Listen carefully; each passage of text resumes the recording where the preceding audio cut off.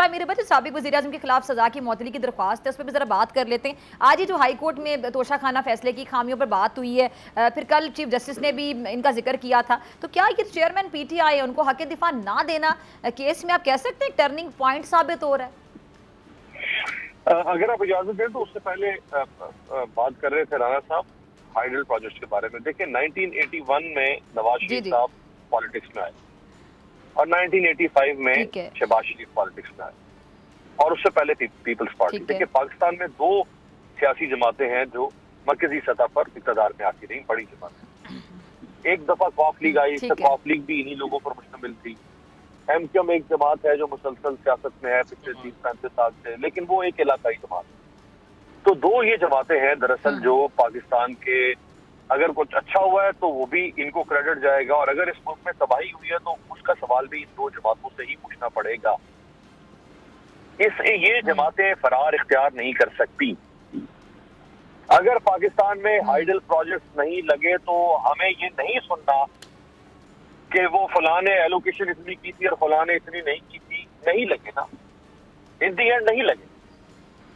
ये आपस में तय कर ले, दोनों जमातें बता दें कि इनमें से किसका कितना कसूर और किसका कितना कसूरवार ये दोनों है।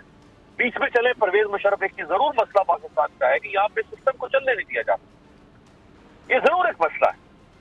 जैसे परवेज मुशर्रफ ने आके नवाज शरीफ साहब की हुकूमत गिरा दी और वो यही जवाब देते रहे कि जी मैं तो पाकिस्तान को बहुत आगे ले जाना चाहता था लेकिन मुझे तो चलने नहीं दिया गया।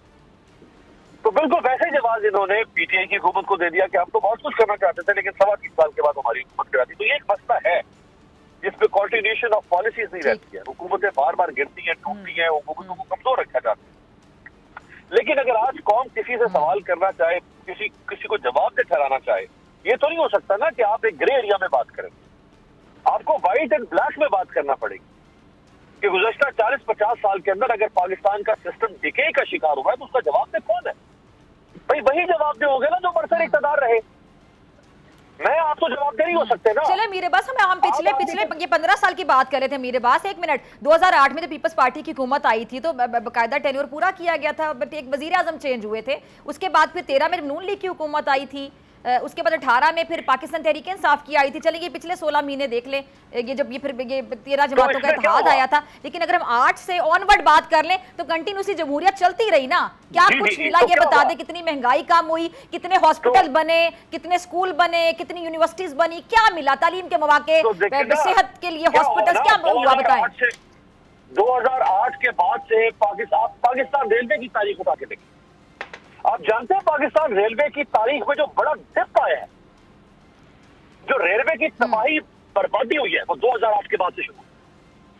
हाँ। आप पाकिस्तान स्टील मिल की तारीख उठा के एक्सीडेंट्स होते हैं, पाकिस्तान स्टील मिल की तारीख उठा के देखते, जो बड़ा डिप आया है पाकिस्तान स्टील मिल में, वो 2008 के बाद से शुरू हुआ है। और बिल्कुल जो स्टील मिल बंद हो गई 2013 के आसपास जाकर, और पाकिस्तान रेलवे को बर्बाद कर दिया अवामी नेशनल पार्टी और पाकिस्तान पीपल्स पार्टी के उस नेक्सस से जो 2008 में कायम हुआ था। ठीक, पीपल्स पार्टी। अच्छा मेरे पास वक्त की कमी, जरा ये इस पे जरा कमेंट कर दें दूसरे सवाल पे। ठीक है, ये जो तोशाखाना फैसले के हवाले से मैंने आपसे सवाल पूछा, उस पर जरा कमेंट कर दें, फिर दूसरे मेहमानों की तरफ आऊंगी ये सवाल लेके। देखिए जो कानूनी नुकात इनके वकला ने उठाए हैं चेयरमैन पीटीआई के, वो बहरहाल अब हाई कोर्ट और सुप्रीम कोर्ट दोनों उसको देख रही है, और अल्टीमेट फोरम हाई कोर्ट है। जब आपको ट्रायल कोर्ट से सजा होती है किसी भी सेशन कोर्ट से, फिर हाई कोर्ट के फैसले के खिलाफ आप सुप्रीम कोर्ट पे जाते हैं। तो हाई कोर्ट के ऊपर तो अदम एतमाद जाहिर कर चुकी है तहरीक इंसाफ, और खासतौर पर चेयरमैन उनके, और खासतौर पर चीफ जस्टिस जो इस्लामाबाद हाई कोर्ट के, वो समझते हैं कि वो शायद उनके साथ इंसाफ नहीं कर रहे, इसलिए वो बार बार ये दरख्वास्त देते रहे कि आप हमारा केस ना सुने। लेकिन चीफ जस्टिस साहब भी बजद है कि उन्होंने ही सारे केसेस सुनने हैं, बेशतर जो पीटीआई के चेयरमैन के हैं। जहां तक उनका हक के दिफा का मामला है तो वो मिलना चाहिए था, जो कि हुमायूं दिलावर साहब ने इस तरह से नहीं दिया। वो अपने वकला की, अब अपने गवाहान की फहरिस्त पेश करना चाहते थे, वो पेश की, लेकिन उन्होंने अपने गवाहान को नहीं किया एंटरटेन। हालांकि ये एक क्रिमिनल केस है, फौजदारी केस में। सब्सक्राइब करें और बेल दबाएं ताकि कोई खबर रह न जाए।